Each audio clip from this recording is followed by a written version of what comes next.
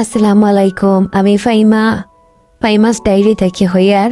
আমি আজ খেঙ্গুরের হান্দেশ বানাইমু। আমি আমার স্টাইলে বানাইরাম, আপনারা দেখা হইবা আমার বানানিটা ঠিক আছে নি, গেলা হইছে, সুন্দর হইছে নি। আমি প্রথমে 3 কাপ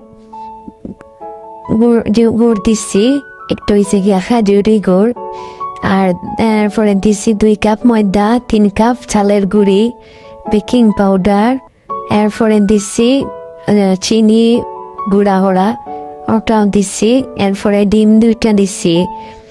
দিয়া বালা করে একটারে আমি কিছু সময় একটারে বালা আর গুলাটারে গুলছি আর কি।